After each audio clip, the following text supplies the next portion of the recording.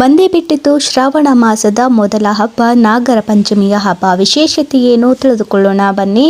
ಆಷಾಢ ಕಳೆದು ಶ್ರಾವಣಕ್ಕೆ ಕಾಲಿಡುತ್ತಿದ್ದಂತೆ ಮೊದಲು ಆಚರಿಸುವ ಹಬ್ಬವೇ ನಾಗರ ಪಂಚಮಿ ಹಬ್ಬ. ಈ ಹಬ್ಬಕ್ಕೆ ಹಿಂದೂಗಳಲ್ಲಿ ವಿಶೇಷವಾದಂಥ ಮಹತ್ವವಿದೆ.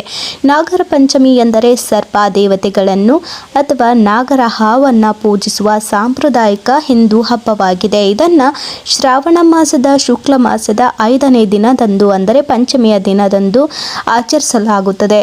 ಇದು ಸಾಮಾನ್ಯವಾಗಿ ಜುಲೈ ಅಥವಾ ಆಗಸ್ಟಿನಲ್ಲಿ ಬರುತ್ತದೆ. ಈ ಬಾರಿ ಜುಲೈ 29ರ ಮಂಗಳವಾರ ಆಚರಿಸಲಾಗುತ್ತದೆ. ಕೆಲವೆಡೆ ಇದನ್ನು ಅಣ್ಣ ತಂಗಿ ಇಬ್ಬರು ಸೇರಿ ಪೂಜಿಸುತ್ತಾರೆ. ಈ ದಿನದಂದು ಹೊಸ ಬಟ್ಟೆಯನ್ನು ಧರಿಸಿ ನಾಗದೇವರಿಗೆ ಹಾಲಿನ ಅಭಿಷೇಕ ನೆರವೇರಿಸಲಾಗುತ್ತದೆ. ಹೆಣ್ಮಕ್ಕಳು ತನ್ನ ಸಹೋದರನಿಗಾಗಿ ಉಪವಾಸವಿದ್ದು ಭಕ್ತಿ ಭಾವದಿಂದ ಪೂಜೆಯನ್ನು ಸಲ್ಲಿಸುತ್ತಾರೆ. ಈ ದಿನದಂದು ಪೂಜೆ ಸಲ್ಲಿಸುವುದರಿಂದ ಕುಟುಂಬಗಳನ್ನು ಹಾವು ಕಡಿತ ಮತ್ತು ದುರದೃಷ್ಟದಿಂದ ರಕ್ಷಿಸುತ್ತದೆ ಎಂಬ ನಂಬಿಕೆಯೂ ಇದೆ. ಹಿಂದೂ ಪುರಾಣಗಳಲ್ಲಿ ಹಾವುಗಳನ್ನು ಪವಿತ್ರವೆಂದು ಪರಿಗಣಿಸಲಾಗುತ್ತದೆ. ಈಶ್ವರನು ತನ್ನ ಕುತ್ತಿಗೆಯಲ್ಲಿ ನಾಗರ ಹಾವನ್ನು ಧರಿಸುತ್ತಾನೆ. ವಿಷ್ಣುವು ಅನಂತ ಅಂದರೆ ಶೇಷನಾಗ ಎಂಬ ಸರ್ಪದ ಮೇಲೆ ವಿಶ್ರಾಂತಿ ಪಡೆಯುತ್ತಾನೆ.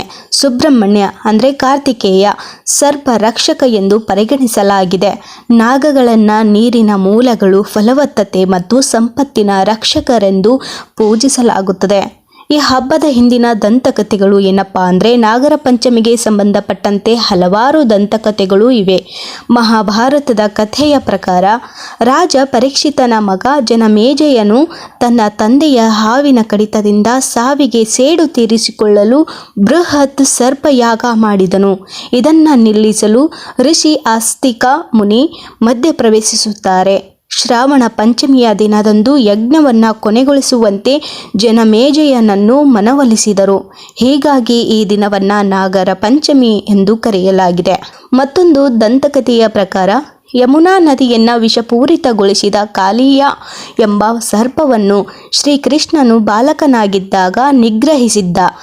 ಕೃಷ್ಣ ಅದರ ಹೆಡೆಗಳ ಮೇಲೆ ನೃತ್ಯವನ್ನ ಮಾಡಿ ಅದನ್ನು ಓಡಿಸಿ ನದಿಯ ಶುದ್ಧತೆಯನ್ನು ಪುನಃ ಸ್ಥಾಪಿಸಿದನೆಂಬ ನಂಬಿಕೆ ಇದೆ.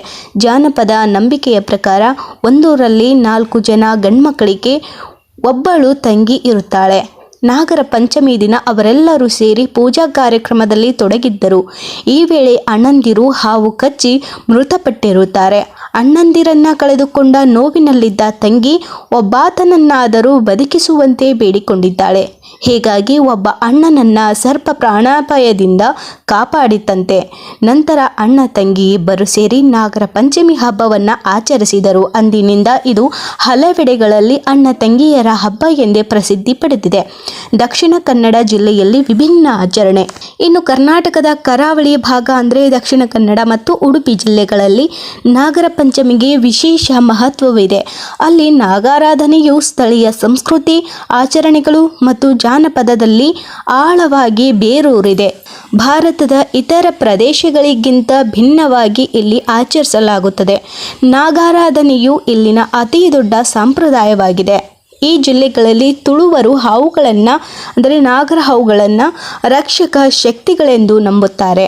ಅವು ನಾಗಬನಗಳು ಎಂದು ಕರೆಯಲ್ಪಡುವ ಮರಗಳಿಂದ ಕೂಡಿದ ಪವಿತ್ರ ಸ್ಥಳಗಳಲ್ಲಿ ವಾಸಿಸುತ್ತವೆ ಎಂಬ ನಂಬಲಾಗಿದೆ. ಬರಡಾಗಿದ್ದ ಭೂಮಿಯನ್ನು ಫಲವತ್ತತೆಯನ್ನು ಮಾಡಿದ್ದು ನಾಗಗಳು ಎಂದು ಇಲ್ಲಿನ ಜನರ ನಂಬಿಕೆ. ಹೀಗಾಗಿ ನಾಗಾರಾಧನೆಗೆ ಇಲ್ಲಿ ವಿಶೇಷ ಮಹತ್ವ ಕೂಡ ಇದೆ. ನಾಗದೇವರನ್ನು ಪೂಜಿಸುವುದರಿಂದ ಫಲವತ್ತತೆ, ಮಳೆ, ಕುಟುಂಬದ ಸಮೃದ್ಧಿ ಮತ್ತು ನಾಗದೋಷ ಅಂದರೆ ಕುಟುಂಬ ವಂಶಾವಳಿ ಮತ್ತು ಆರೋಗ್ಯದ ಮೇಲೆ ಪರಿಣಾಮ ಬೀರುವ ಸರ್ಪಶಾಪ ನಿವಾರಣೆಯಾಗುತ್ತದೆ ಎಂದು ನಂಬಲಾಗಿದೆ. ಹೀಗಾಗಿ ಇಲ್ಲಿನ ಜನರಿಗೆ ಇದೊಂದು ಅತ್ಯಂತ ಪ್ರಮುಖ ಹಬ್ಬವಾಗಿದೆ. ಆಷಾಢ ಕಳೆದು ಶ್ರಾವಣಕ್ಕೆ ಕಾಲಿಡುತ್ತಿದ್ದಂತೆಯೇ ಮೊದಲು ಆಚರಿಸುವ ಹಬ್ಬ ಈ ನಾಗರ ಪಂಚಮಿ ಹಬ್ಬ.